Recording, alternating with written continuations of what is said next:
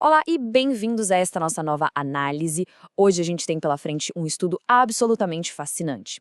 Nós vamos abrir uma janela direta para observar de perto as expectativas acadêmicas super rigorosas que são colocadas em cima de estudantes do primeiro ano do ensino médio lá nos modernos programas educacionais brasileiros.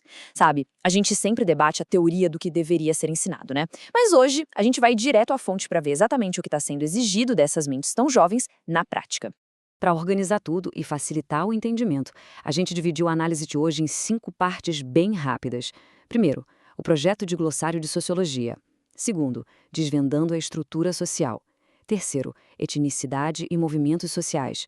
Quarto, identidade e relações humanas. E, por fim, métodos antropológicos e trabalho de campo. Ok, vamos mergulhar nisso.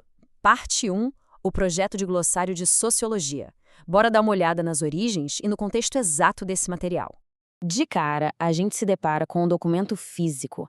Esse glossário faz parte do Programa de Educação Integral lá da Escola de Referência em Ensino Médio, a EREM José Emílio de Melo.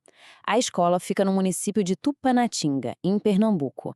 E olha a data, 2026. Isso ancora totalmente a nossa análise num espaço e num tempo muito específicos, que é um programa público de educação em tempo integral no Nordeste brasileiro. Só para a gente ter uma noção real do peso da coisa, eu vou ler exatamente o que está escrito na capa desse documento. Abre aspas. Trabalho apresentado à disciplina de Sociologia do primeiro ano X, ensino médio integral, como requisito parcial para a obtenção de nota do segundo trimestre. Orientador, Prof. Mestre Jonas Barbosa dos Santos. Percebeu? Não é só uma leiturinha complementar, não. É um trabalho obrigatório, uma exigência fundamental para a nota do segundo trimestre, tudo sobre a orientação do professor mestre Jonas Barbosa dos Santos. O nível de exigência aqui é real e imediato. E o que exatamente eles estão pedindo nesse trabalho? 30 conceitos sociológicos distintos. É isso mesmo, 30? Imagina a imensidão disso. Pensa num estudante que acabou de entrar no primeiro ano do ensino médio, recebendo uma lista bruta com 30 termos acadêmicos para dominar num único trimestre. É um volume absoluto impressionante, que estabelece logo de cara um padrão de rigor acadêmico formidável para quem está só começando essa etapa escolar. Vamos em frente. 2. Desvendando a estrutura social. Aqui a gente vai atuar como analistas curriculares para entender a base de tudo isso. Então, o ponto crucial é o seguinte. Esse agrupamento de palavras exige que a turma entenda umas teorias arquitetônicas bem pesadas sobre como a sociedade funciona. Quando a gente vê termos como estrutura social, estruturalismo, funcionalismo, função, princípio estrutural e equilíbrio social, bom, essas não são apenas palavras difíceis para o vocabulário, sabe? Elas representam escolas inteiras de pensamento sociológico. O currículo basicamente pede que uma mente super jovem compreenda as engrenagens invisíveis e a lógica que mantém a ordem e o equilíbrio dentro de uma sociedade. E a exigência analítica continua forte. Reparando nos itens 27 e 28 da lista original, a gente vê contrastes que já vêm embutidos. Sociedades complexas versus sociedades simples. Isso ilustra perfeitamente como o currículo está desafiando a turma a comparar modelos fundamentais e totalmente diferentes de sociedade. É fazer com que entendam que a organização humana tem um espectro enorme de variações e complexidades. Para a gente sentir o verdadeiro peso acadêmico disso, vamos dar uma segurada rápida e olhar para esses termos, fissão e fusão. Pensa bem, esses são conceitos que a gente normalmente costuma associar à física nuclear, né? Mas aqui, eles estão sendo aplicados diretamente à dinâmica social, tipo, como os grupos se dividem ou se unem ao longo do tempo. Entregar esse nível de teoria abstrata para alguém bem no começo do ensino médio só atesta a imensa profundidade desse material. O que nos leva à nossa terceira parte, etnicidade e movimentos sociais. Aqui, a gente sai das estruturas abstratas e vai direto para as realidades vividas de grupos e populações. Olha só o tamanho da abrangência dessa seção. O plano de ensino simplesmente demanda uma compreensão super profunda de etnicidade, fronteiras étnicas, conflito étnico, minorias, segregação, retribalização e aculturação. Ou seja, eles precisam entender tudo, desde como a sociedade desenha as linhas que separam as etnias, até os processos muitas vezes super duros de segregação e as complexidades de como as culturas colhidem se misturam na aculturação. E dentro de todo esse estudo de dinâmicas e conflitos, o documento também puxa para análise de mobilizações bem específicas. O currículo lista de forma explícita movimentos como Black Power e movimento negro. Então, a exigência é que a turma documente e analise essas grandes forças sociais e o impacto estrutural delas, tudo de uma maneira bem acadêmica e conceitual. Passando agora para a parte 4, Identidade e Relações Humanas.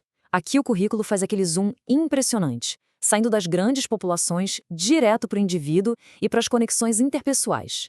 E esse ilustra brilhantemente como o material consegue misturar diferentes eras do pensamento humano. Conceitos que estão bombando nos debates contemporâneos, tipo identidade de gênero, são estudados lado a lado com um conceito filosófico e antropológico profundo como a alteridade, que é basicamente a capacidade de reconhecer e respeitar o outro nas diferenças dele. É um choque fascinante entre a autoexpressão moderna e uma filosofia social ancestral. A gente entra agora numa pegada puramente antropológica sobre as relações humanas. A complexidade dessas interações inclui termos como dádiva, reciprocidade, troca, que inclusive é dividida em matrimonial, econômica e simbólica, além de necessidades básicas. A lição aqui é mostrar que a interação humana vai muito além do dinheiro. É uma teia super complexa de presentes, acordos simbólicos e reciprocidade que sustenta o tecido da sociedade. Adotando um olhar ainda mais analítico, a gente destaca a inclusão de conceitos antropológicos que são super clássicos e fundacionais, como o parentesco e a proibição do incesto.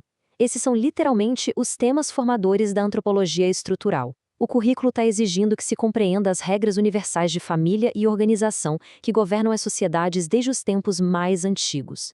E a nossa quinta e última parte: métodos antropológicos e trabalho de campo. Porque esse trabalho escolar vai muito além de uma teoria passiva. Dá uma olhada nos termos de número 10 e 29 da lista: etnografia e trabalho de campo. É fascinante notar isso, porque deixa muito clara a expectativa de que o estudante entenda como os dados são de fato coletados ativamente no mundo real.